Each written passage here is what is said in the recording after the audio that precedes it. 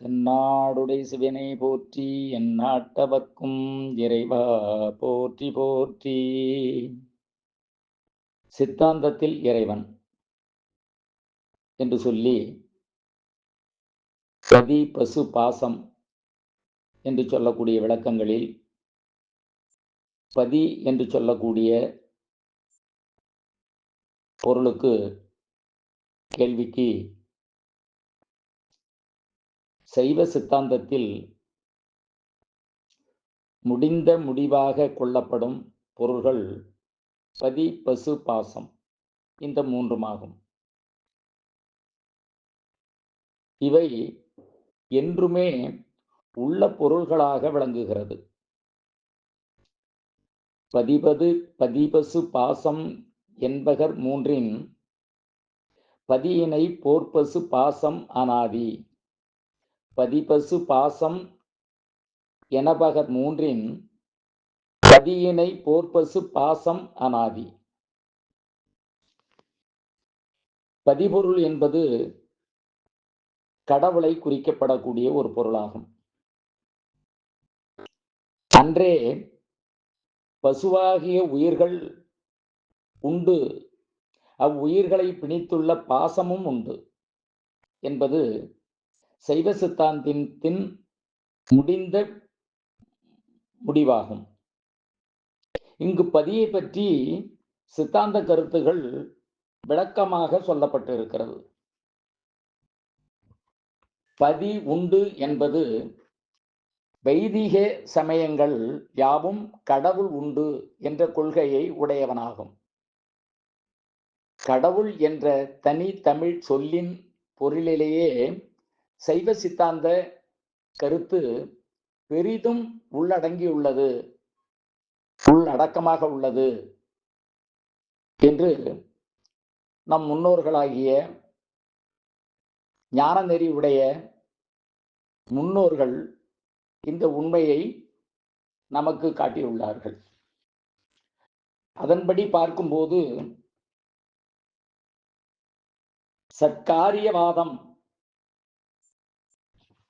சத்காரியவாதம் என்ற கொள்கையின் அடிப்படையில் மெய்பொருள் காண வேண்டும், ஒவ்வொரு காரியத்திற்கும் காரணகாரியம் இருக்கும், இருந்தே ஆக வேண்டும் என்பதை, இதற்கு மேலும் ஒரு படி சென்று காரண நிலையிலும் ஒரு காரியம் உண்டு என்பதை நாம் காட்டலாம். காரியம் எங்கிருந்து திடீரென்ற புதிதாக தோன்றியது அல்ல, அது உற்பத்திக்கு முன்னரும் உள்ளது. அது உருவாகத்துக்கு முன்னாடியே அந்த எண்ணங்களும் செயல்பாடுகளும் உள்ளது.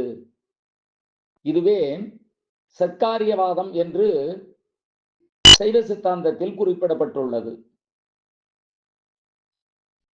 இதை காணப்பட்ட இதனையே உலகம் இதற்கு முன் ஒடுங்கிய நிலையில், பறந்து விரிந்த நிலையில் இல்லாமல் ஒடுங்கிய நிலையில் என்றால் குறுகிய நிலையில் இருந்த காணப்படாத நுண்ணிய சூட்சம கருத்தாகும்.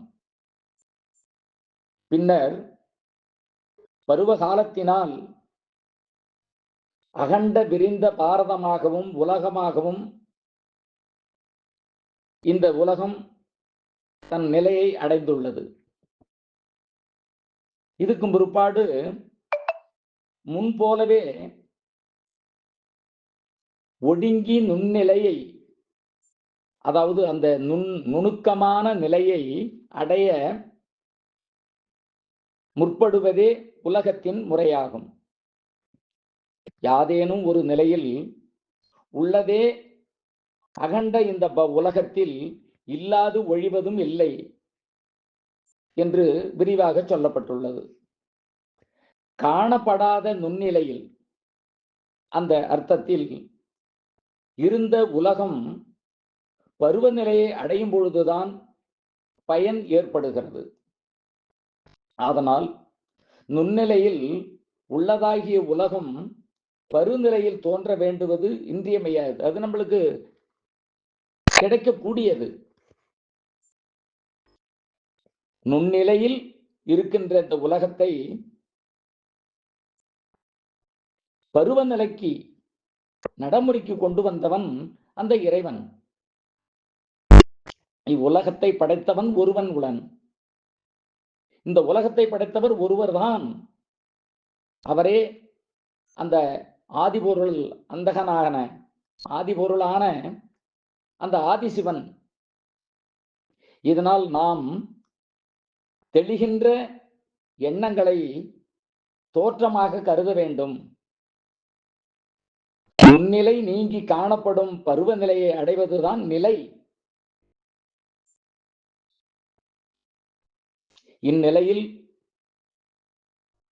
என்று உருவாகிறதோ அன்றே அழிவு என்பதும் ஒன்று மையமாக அங்கே வைக்கப்பட்டுள்ளது. பருவநிலை நீங்கி முன்போலவே காணப்படாத நுண்ணிலையை அடையும் போது இதனை சுருக்கமாக தோன்றாது அழியாது என்றும் நாம் கூறலாம். இதுவே நற்காரியவாதத்தின் சுருக்கமே என்பதையும் உணர்த்தியுள்ளார்கள். வேதியியல் உண்மை சற்காரியவாதத்தை சார்ந்து உள்ளது என்று அது என்றுமே அழிவதில்லை. தோன்றிய ஒரு பொருள் அழிந்தே தீர வேண்டும் என்றாலும் பஞ்சபூதங்கள் என்பது என்றுமே அழிவது இல்லை. ஒரு மெழுகுவர்த்தி எரிகிறது, அது இழப்பு ஒன்றும் இல்லை. வேதியியல் உண்மையும் இதையே சொல்லுகிறது. இதை சிந்தித்து தெளிவாகுவதற்கு என்றும் இல்லாதது இல்லை என்பதே சித்தாந்தத்தின் முழுமையான பொருளாகும். காரிய நிலை. இந்த காரிய நிலை என்றும் தோற்றத்திற்கு முன்னும் அழிவிற்கு பின்னும், தோற்றத்திற்கு முன்னடியும் தோற்றத்திற்கு பின்னடியும் உள்ள நிலை காரண நிலை. எதுவும் காரணாகாரியம் இல்லாமல் தோன்றுவதும் இல்லை, அழிவதும் இல்லை. ஒரு காரணத்தினால் இந்த உலகத்தில் ஒரு நிலை ஏற்படுகிறது. அதே காரணத்தினால்தான் அது மீண்டும் இறைவனால் அழிக்கப்படுகிறது. இறைவன் அழிப்பது அல்ல, இறைவன் படைப்பது மட்டும்தான் அவருடைய வேலை. அப்படி என்று ஒரு சிலர் கருதுகின்றார்கள். படைப்பதும் இறைவனே, அழிப்பதும் இறைவனே. இந்த உலகம் புதுமையை கண்டுகொண்டே இருக்க வேண்டும். புதுமையான உலகம் வந்து கொண்டே இருக்க வேண்டும். பழையன நீங்குவதும் புதிதென உருவாகுவதும் இயல்பு. இது பஞ்சபூதத்தின் தத்துவம். இதை நாம் யாராலும் மாற்ற முடியாது என்பதுதான் நூல்களை ஆராயும் போது, நாம் அனுபவிக்கும் போதும் நமக்கு ஏற்படுகின்ற புலமையான உண்மையான உண்மை. அதாவது மண் என்னும் நிலையில் குடம் என்னும் நிலையை அடைகிறது. ஒரு மண்ணை எடுத்து ஒரு குடம் செய்யறான். அந்த குடம் என்பது எத்தனை காலத்திற்கு நம்மிடமே இருக்கிறது? ஒரு குறிப்பிட்ட காலங்கள். அந்த குறிப்பிட்ட காலங்கள் வரும்போது இடரேதும் ஏற்படும் போது, இடர்கள் ஏற்படும் போது அந்த குடம் உடைந்து விடுகிறது. இடர் இல்லாமல் இருந்தாலும் அது அழியப்படுகிறது. இன்னைக்கு உலகத்தில் முதலாக தோன்றிய பஞ்சபூதங்களில் ஒன்றாகிய அக்னி பகவான் இருக்கக்கூடிய இடம், அக்னியாக இருக்கக்கூடிய அந்த ஆதிஸ்வரூபன் இருக்கக்கூடிய இடம் திருவண்ணாமலையாக கருதப்படுகின்றோம். ஆனால் இந்த பூமியில் மனிதன் உருவாக்கிய தெய்வம் உத்தரகோச மங்கையில் இருக்கக்கூடிய அந்த சிவபெருமான். அந்த சிவபெருமான் கிரேதா யுகம் என்று சொல்லக்கூடிய யுகத்திலே தோன்றியதாகவும், திரேத யுகத்தில் ராவணன் வந்து அங்கே வழிபட்டதாகவும், அதே சமயம் அங்கே மண்டோதரி வந்து தவமிருந்து ஈசனை வணங்கி ராவணேஸ்வரனை திருமணம் செய்து கொண்டதாக புராணங்கள் சொல்லுகிறது. அப்படி திரேதயுகத்தில் கட்டிய அந்த கட்டடம், அந்த கோவில் இன்று அந்த கல்லெல்லாம் உதிர்ந்து அப்படியே கொட்டுகிறது. கருங்கல்லால் கட்டப்பட்ட அந்த சிவன் ஆலயம் இன்று பொலிவிழந்து அந்த கல்லெல்லாம் மரித்து, தானாகவே மரித்து கொட்டி கொண்டு இருக்கிறது. அதை புதுப்பித்துக் கொண்டு இருக்கின்றார்கள். புதிய கோபுரங்களும் படைத்து விட்டார்கள். இந்த கோபுரங்கள் எவ்வளவு காலங்கள் இருக்குமோ, புதிய கோபுரங்கள், அதற்கும் ஒரு அழிவு உண்டு. ஈசனாருக்கு கட்டிய கட்டடம் எத்தனை யுகங்கள் இருந்தாலும் ஒரு யுகத்தினிலே, ஒரு குறிப்பிட்ட காலங்களிலே அது தன்னுடைய தன்மையை இழந்து விடுகிறது. அதுபோல்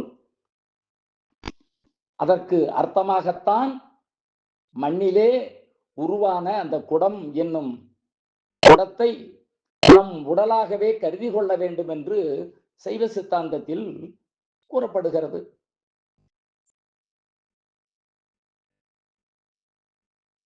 இந்த பதி என்று சொல்லக்கூடிய வாசகத்தில் முதல் தோன்றிய உயிரினங்களை நாம் நமக்கு அறிமுகப்படுத்தி, உயிர் தோன்றல் என்று சொல்லக்கூடிய நிலைகளிலும் பொருளின் தன்மை மாறாமல் ஒன்று போலவே இருக்கும். அது மட்குடம், அதாவது மண்ணால் செய்யப்பட்ட குடம். மண்ணின் தன்மையையும் பொற்குடம் பொன்னின் தன்மையையும் கொண்டிருத்தலால் இதனை தெளியலாம். பொன்னால் செய்த குடம் என்றும் மண்ணால் செய்த குடம் என்றும் இது வேறு வேறு பயன்பாடுகளை நமக்கு அறிமுகப்படுத்துகின்றது என்பதுதான் சரியான உண்மை. தோற்றமும் அழிவும் பொருள்களின் நிலை மாற்றங்களும் எப்படி சூக்கமாய், அதாவது சூட்சமமாக நுட்பமாய் விளங்காது உள்ள பொருளே பின் தூலமாய், அதாவது பருமையாய் விளங்கி நிற்கும் என்பதே இதன் விளக்கமாகும். இதனை ஒரு எடுத்துக்காட்டாக சொல்லலாம். எள்ளை பிழிந்தோமானால் எண்ணெய் தோன்றும். அதே மணலை பிழிந்தால் எண்ணெய் தோன்றுமா? தோன்றாது. ஏன் தோன்றாது?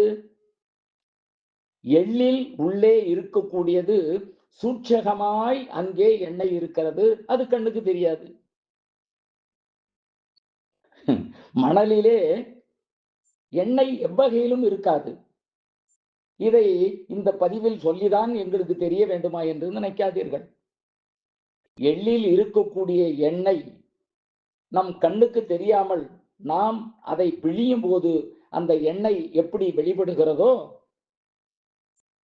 அதுபோல் எள்ளை பிழிந்தால் எண்ணெய் தோன்றுகிறது, மணலை பிழிந்தால் அவ்வாறு கிடைக்காது. இப்படியாக இறைவனை நாம் சூட்சமமாக அறிய வேண்டும். இறைவன் என்பவர் ஒருவர் உண்டு. அந்த இறைவனை காண சூட்சகமாய் நாம் உள்ளே சென்று மன தியானம் செய்தோம் என்றால் அந்த இறைவனை காணலாம் என்று சொல்லி இன்று உள்ள பதிவை முடிக்கின்றேன். 15 நிமிடங்கள் ஆகின்றது. அதிக நேரம் கேட்டால் உங்களுக்கும் புரியாதும்,